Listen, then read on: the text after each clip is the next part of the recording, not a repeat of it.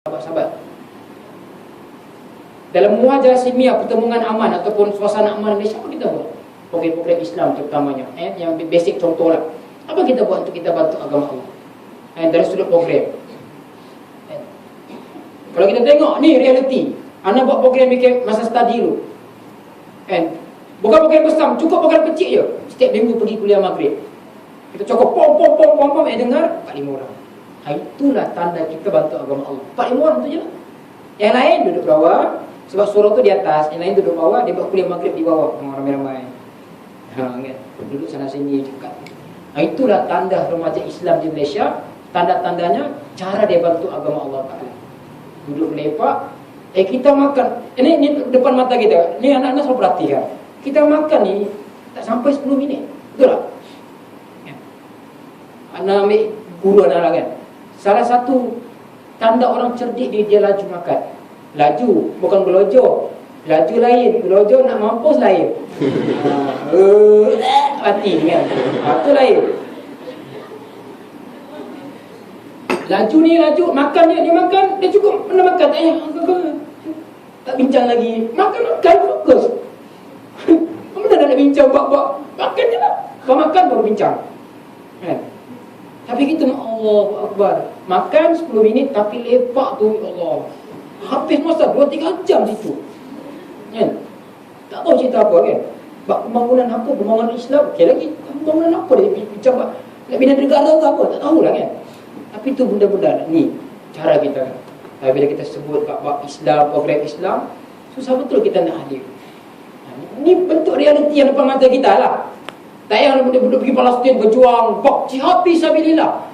Balik bab simpan-simpan, kan? Bab program di surau. Anak polis serumpun tu selalu pergi. Kan? Bukan nak kata serumpun memang serumpun tu settle semua ustaz. Bukan nak kata begitu. Kan? Semua sekali lah, mana-mana kampus buat program realiti yang sama. Feedback daripada mahasiswa tak terlalu menggalakkan. Kecuali, dia ada kecuali. Kalau tajuk tu agak bombastik. Tajuk tu agak kena dengan fitrahnya kan. Allah kan. Kau faham sendiri lah cakap apa. Dulu Universiti Melaya, saya bukan nak sebut Universiti Melaya ni tak baik-baik. Dulu Universiti Melaya ni tak selalu bincang bab-bab. Tak pernah bincang pun bab-bab apa ni kita fitrah ni. Tapi sekarang ni dah mula dah Universiti Melaya. Kan? Sebab apa? Mungkin sebab dia nak turuti madok di kampus tu. Sebab itulah cara pemikiran kita. Kan? Cara pemikiran kita yang agak terbayang-bayang terawang-awangan. Bukan benda yang syak kita nak bincang. Bukan benda yang katakan betul-betul kritikal kita nak bincang. Kita bincang bab-bab yang dah selesai. Bab nikah selesai. Doa-doa dapatlah, tak doa minta lagi. Okeylah selesai. Dia bincang-bincang bab. Inilah menyebabkan kadang-kadang kita rasa macam Islam ni ikut cita rasa kita, bukan kita ikut cita rasa Islam. Seolah-olah kita minta Allah Ta'ala ni ikut cita rasa kita. Kita tak ikut cita rasa Allah Ta'ala. Sedangkan banyak sangat ada benda Allah Ta'ala bagi pada kita. Sahabat-sahabat, kalau Allah Ta'ala tarik kepanjangan kita je, esok sampai hujung semester tak boleh skor dah kita 0.01 pointer CGPA tu. Allah Ta'ala boleh buat, tapi Allah Ta'ala ni dia tahu kita ni kan. Nampak rahimnya Allah Ta'ala. Tapi kita buat apa, kita balas rahim Allah Subhanahu Wa Ta'ala. Benda-benda macam ni kita kena sedar kan.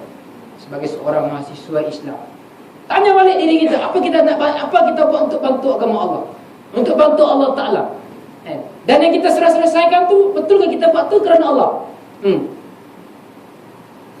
Sebab belum tahu yang buat program Islam ataupun yang hadir program Islam tu belum tahu ikhlas. Tapi cubalah untuk ikhlas. Ikhlas ni tak datang 100%. Macam khusyuk lah. Khusyuk ni tak datang 100%. Boleh jadi diuji oleh Allah Subhanahu Wa Ta'ala dulu, baru dia akan datang. Di situ ada kenikmatan dalam kita beramal ibadah. Sebab itulah tokoh-tokoh Islam, ahli-ahli ilmu dan sebagainya, mereka selalu mempersoalkan diri mereka. Apa aku buat? Apa yang telah aku buat untuk Islam? Fudail bin Iyad, seorang tokoh alim ibadah, seorang ahli ilmu dan seorang ahli ibadah. Dia selalu muhasabah diri, apa aku buat untuk agama Allah, untuk Islam. Al-Imam Ibn Mubarak, Sultan al-Hadis, dalam kepala otak dia ni 1 juta hadis. Dalam kepala otak kita yang kita tahu innamal a'malu binniyat sampai mati. Itulah. Kan? Kalau yang laki-laki jadi imam, qul huwallahu ahad, qul a'udzu birabbin nas. Itu je dia tahu. Kan? Kalau menikah jadi imam, bosan isteri. Balik-balik qul huwallahu, tak ada benda lain kena baca. Itu je aku tahu kan. Apa je dah. Al-Imam Ibn Mubarak, seorang hebat, seorang ahli hadis, seorang ahli ulama, seorang yang cukup hebat dari sudut takwanya. Tapi dia keluar di jalan Allah untuk bantu Islam. Dalam konteks dia lah, dalam konteks kita, apa kita buat? Tanya diri kita. Jangan tanya kawan, tanya diri kita dulu. Apa kita buat untuk Islam? Kalau balik rumah, apa kita buat untuk mak ayah kita pula? Itu salah satu juga daripada cabang-cabang Islam. Cabang-cabang untuk kita nak membantu agama Allah Subhanahu wa ta'ala. Sebab tu sahabat-sahabat dimati Allah Subhanahu wa ta'ala, Islam tertegak memang kerana Allah Ta'ala, tapi hasilnya itu manusia itu dapat sendiri. Kenapa Nabi berhijrah? Kita baca sejarah dia, sirah dia, melecet ni pecah kaki Nabi ni. Dan Nabi berhijrah bukan pakai kasut, naik bukit tu, wasaw. Inna Allah ma'ana, la tahzan, inna Allah ma'ana. Idh huma fi ghar, idh huma fi ghar, inna Allah ma'ana, la tahzan. Kamu jangan sedih. Bila Allah Ta'ala katakan pada surah At-Taubah. Kenapa Allah Nabi buat macam tu? Sampai melecet kaki dan sebagainya. Kerana Islam ni biar dapat dinikmati oleh kita. Bila kita dapat nikmati Islam, kita sedar tanggungjawab kita sebagai seorang hamba. Ada turutan-turutan dia. Dan kenapa Islam tersebar ke seluruh dunia dengan dakwanya? Islam tak berperang, Islam minta tawaran. Pertama sekali masuk Islam. Yang keduanya, tak nak masuk Islam, tak apa, ikut kami, pemerintahan kami, ikut tabirah kami. Tak nak juga. Yang ketiga baru perang. Bukan perang terus, tak. Itu salah faham dalam sejarah. Kenapa buat macam tu? Kenapa Islam tersebar ke seluruh dunia? Supaya manusia ni tak sesat. Bila manusia tak sesat, dia dekat dengan Islam, dia mengabdikan diri pada Allah. Dia sayangkan Allah Ta'ala. Dia sedar apa jasa yang dia kena buat untuk Allah Subhanahu Wa Ta'ala, untuk agama Allah Subhanahu Wa Ta'ala. Itu yang kita kena nak. Dalam konteks mahasiswa begitu juga. Bila kawan-kawan kita nak buat program, apa kita nak bantu? Sahabat-sahabat, ana buat program ni Islam ni sejak 3 tahun 4. Kita buat program ni tak ada duit. Tak sedekah betul. Tak kesian minta duit. Ada tak kawan-kawan kita ni, kita sendirilah, berapa banyak dan duit kita ni kita infakkan untuk program Islam di kampus. Tak tengok jauh-jauh lah. Palestin satu hal, Syria satu hal, Ambon satu hal, Mindanao satu hal, ni UPM ni satu hal juga.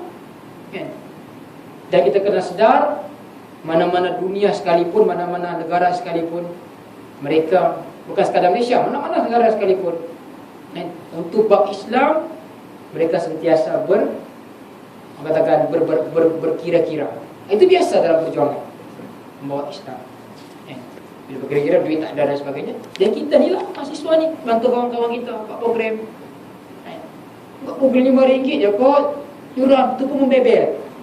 Apa benda RM5? Percuma. Orang buat program tu nak bayar ceramah satu hal, nak tempat dewan satu hal, tu semua duit. Dulu tak ada masalah lah, free. Sekarang ni duit kancing pun kena bayar.